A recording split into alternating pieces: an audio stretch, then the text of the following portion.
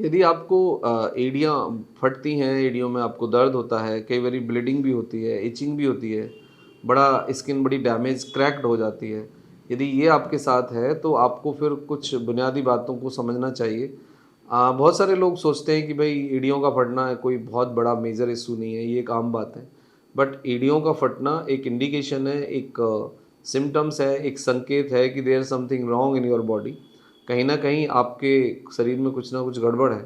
देखो इंसान का चेहरा और इंसान के जो पैर होते हैं, वो रिफ्लेक्शन होते हैं आपकी गट हेल्थ का, आपकी लिवर हेल्थ का और आपके ब्लड के मतलब कितना हीमोग्लोबिन है इन सब का। मतलब कहने का मतलब ये है कि यदि आयुर्वेद की नज़र से आप शरीर को देखें, तो एड़ियों का फटना बहुत अच्छा साइन नहीं है।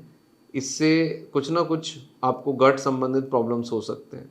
तो आज हम बात करेंगे कि आपकी एड़ियाँ क्यों फटती हैं और उसके पीछे क्या बुनियादी कारण है और उसको कैसे नेचुरली ठीक कर सकते हैं हम।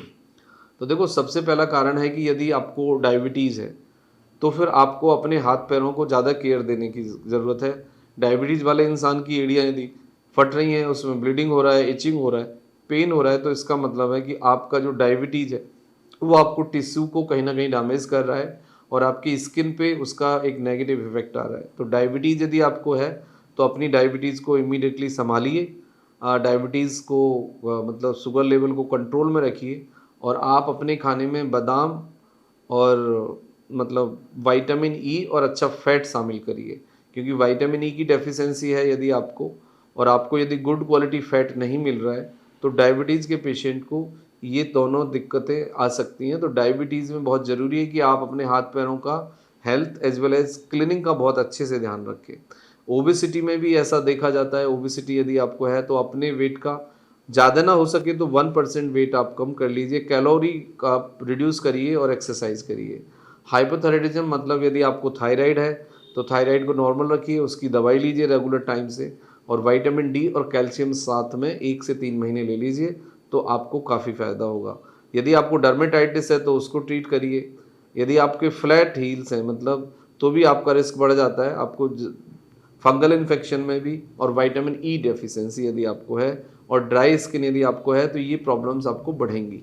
अब इसके बाद आता है कि इसमें नेचुरल ट्रीटमेंट क्या है। नेचुरल ट्रीटमेंट में आप अच्छे से क्लीन करिए अपने पैरों को। रात को आप कोकोनट ऑयल लगा सकते हैं, कोई भी दूसरा ऑयल भी लगा सकते हैं, मतलब मॉइस्चराइज़र दीजिए। यदि उससे भी बात ना बने तो फिर कुछ प्रॉपर मेडिकल ट्रीटमेंट है, वो आप ले लीजिए, उससे आपको फ़ायदा होगा। विटामिन ई 1 कैप्सूल डेली आप 1 से 3 महीना खाएँ, दैट विल बी हेल्पफुल और वही कैप्सूल आप अपनी एड़ियों पे भी रात को लगाएँ। दूसरा, विटामिन ई कैप्सूल का 400 एमजी एक कैप्सूल डेली खा लीजिए आप ओरली और आप एक क्रीम आती है कॉटराइल, वो आप लगा लीजिए या मॉस्रिक्स क्रीम आती है या क्रैक क्रीम भी लगा सकते हैं, वो पैरों पे आप रात को, लेकिन डेली क्लीन करिए और पैरों को आप अच्छे से वो क्रीम लगाइए। नेक्स्ट पॉइंट ये आता है कि यदि डायबिटीज़ की आप दवाई खा रहे हैं या ब्लड प्रेशर की आप दवाई खा रहे हैं या आप एंटीकोगुलेंट ले रहे हैं, तो उससे या फिर आपको स्टेरॉइड ले रहे हैं या पेन किलर ले रहे हैं, तो उससे भी आपका जो स्किन है वो क्रैक होना से स्टार्ट हो सकता है, टिश्यू डैमेज हो सकते हैं, ब्लीडिंग हो सकती है और क्रैक जो है मतलब एड़ियाँ वो ज़्यादा बुरी हालत में जा सकते हैं। तो आपको चाहिए कि आप अच्छी क्वालिटी का फैट लीजिए, मतलब 15 लगभग 15 से 20 ml आपको फैट चाहिए डेली और वो देसी घी के रूप में या फिर बादाम से जो फैट आता है वो आए तो बहुत बढ़िया है, that will be helpful.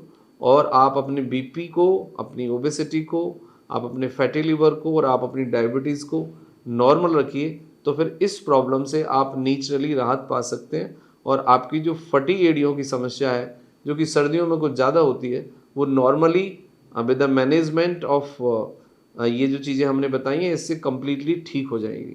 Thank you very much and take care yourself.